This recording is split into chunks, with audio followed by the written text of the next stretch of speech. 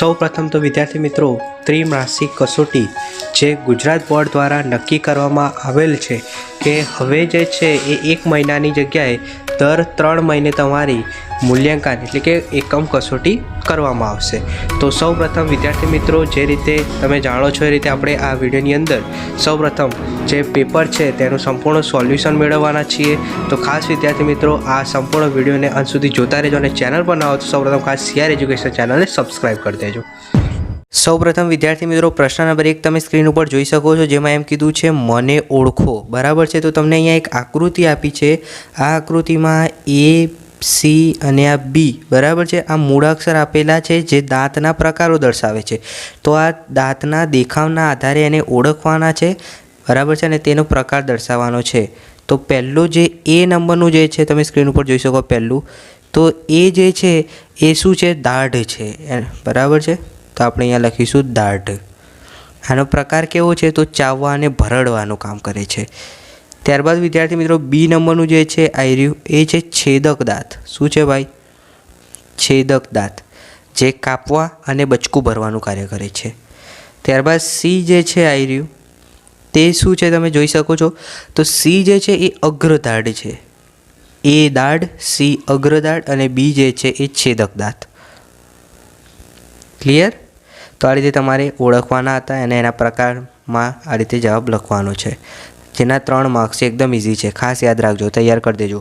બીજો પ્રશ્ન છે મારો ઉપયોગ સાડી બનાવવા માટે થાય છે અને હું પ્રાણીમાંથી પ્રાપ્ત થાઉં છું, તો કોણ છે? તો સાડી બનાવવા માટે કોનો ઉપયોગ થાય છે? તો ભાઈ રેશમનો, બરાબર છે। રેશમના જે રેસાઓ હોય છે તેનો ઉપયોગ સાડી બનાવવા માટે થાય છે। અને હું પ્રાણીમાંથી પ્રાપ્ત થઉં છું, તો રેશમના કીડામાં જ, બરાબર છે। એ રીતે તમારે લખવાનું કે રેશમ જો સાડી બનાવવાનો ઉપયોગ થાય તો રેશમના રેસા, અને રેસા ક્યાંથી મળે? તો જે રેશમ કીટક હોય છે એમાંથી મળે। ત્યારબાદ પ્રશ્ન નંબર 3 તમે જોઈ શકો છો કે મારો ઉપયોગ સ્વેટર બનાવવા માટે થાય છે અને હું પ્રાણીમાંથી પ્રાપ્ત થાઉં છું, તો મારો ઉપયોગ સ્વેટર બનાવવા માટે થાય છે, એમાં જવાબ શું લખવાનું કે ઘેટા, બકરા, યાક, ઊંટના વાળમાંથી ઊન મેળવવામાં આવે છે અને ઊનમાંથી સ્વેટર બનાવવામાં આવે છે। આ રીતે તમારે આખું વાક્ય લખવાનું છે। ફરીથી કહી દઉં આમાં શું જવાબ લખવાનું છે, આ રીતે લખવાનું કે ભાઈ ઘેટા, બકરા, યાક, ઊંટના વાળમાંથી ઊન મેળવવામાં આવે છે, ઊનનો ઉપયોગ સ્વેટર બનાવવા માટે થાય છે, બરાબર। તો આ ટોટલ 5 માર્ક્સનો પ્રશ્ન નંબર 1 જોઈ લીધો આપણે। હવે વિદ્યાર્થી મિત્રો આગળ જોઈએ પ્રશ્ન નંબર 2 એ, જેની અંદર તમને ગુણધર્મો આપ્યા છે એના આધારે તમારે અલગ કરવાનું છે, બરાબર છે। તો આપણે યોગ્ય રીતે આનો આન્સર જે છે ખાસ જોઈ લઈશું, બરાબર। તમે પહેલાં પ્રશ્ન સમજી ગયા છો। અહીંયા તમને પહેલું શું કીધું છે, ઉષ્માનું પ્રસરણ એક છેડેથી બીજા છેડા તરફ ક્રમશઃ થાય છે, તો ગુણધર્મ અને કાર્યને ધ્યાને લઈ ઉષ્માના સુવાહક પદાર્થના ગુણધર્મ અને કાર્યને અલગ કરવાનું છે। તો આ જે છે એનું શું છે, ગુણધર્મ છે કે કાર્ય છે તે જાણો છે કે ભાઈ ઉષ્માનું પ્રસરણ એક છેડાથી બીજા છેડા તરફ થાય છે, તો આ ઉષ્માના સુવાહક પદાર્થનો શું છે, ગુણધર્મ છે। ત્યારબાદ બીજું છે રસોઈ બનાવવાના વાસણના હાથ બનાવવામાં ઉપયોગ થાય છે, તો આ એનું શું થયું, કાર્ય। ચલો ત્રીજું છે રસોઈ બનાવવા વાસણ બનાવવા માટે ઉપયોગ, તો આ પણ એનું શું થયું, કાર્ય। ચોથું છે ઉષ્મા આપવા છતાં ઉષ્મા એક છેડેથી બીજા છેડે તરફ પ્રસરણ પામતી નથી, તો આ એનું શું થયું, ગુણધર્મ, બરાબર। તો આ પહેલું અને છેલ્લું વાક્ય ગુણધર્મ છે, જ્યારે આ બીજું અને ત્રીજું એ શું છે, તો એનું કાર્ય છે। હવે વિદ્યાર્થી મિત્રો આગળ જોઈએ પ્રશ્ન નંબર 2B। આના સંપૂર્ણ જવાબની જે સોલ્યુશનની PDF છે ડાઉનલોડ કરવી હોય તો એની લિંક નીચે ડિસ્ક્રિપ્શનમાં આપી છે, ત્યાંથી PDF ડાઉનલોડ કરી દેજો। સૌપ્રથમ પહેલાં આ જોઈ લો વિડીયો, પછી ડાઉનલોડ કરી દેજો।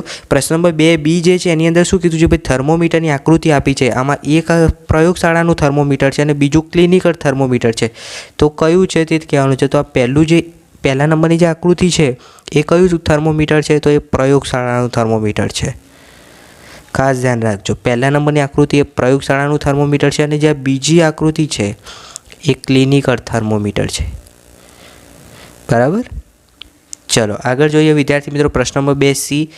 નીચેની આકૃતિ કયા પ્રાણીના પાચન તંત્રની છે તે કહો, તો આ જે આકૃતિ છે એ કયા પ્રાણીના પાચન તંત્રની છે, તો આની અંદર વિદ્યાર્થી મિત્રો જવાબ આવશે કે ઘાસ ખાનારા પ્રાણીના પાચન તંત્રની છે, તો જવાબ શું આવશે, ઘાસ ખાનારા પ્રાણીના પાચન તંત્રની છે, ઘાસ ખાનારા જે પ્રાણી છે એના પાચન તંત્ર છે।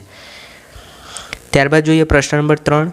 નીચે દર્શાવેલ ગુણધર્મોનું સ્વાવલંબી પોષણ, પરાવલંબી પોષણ અને મૃતોપજીવીમાં વર્ગીકરણ કરવાનું છે.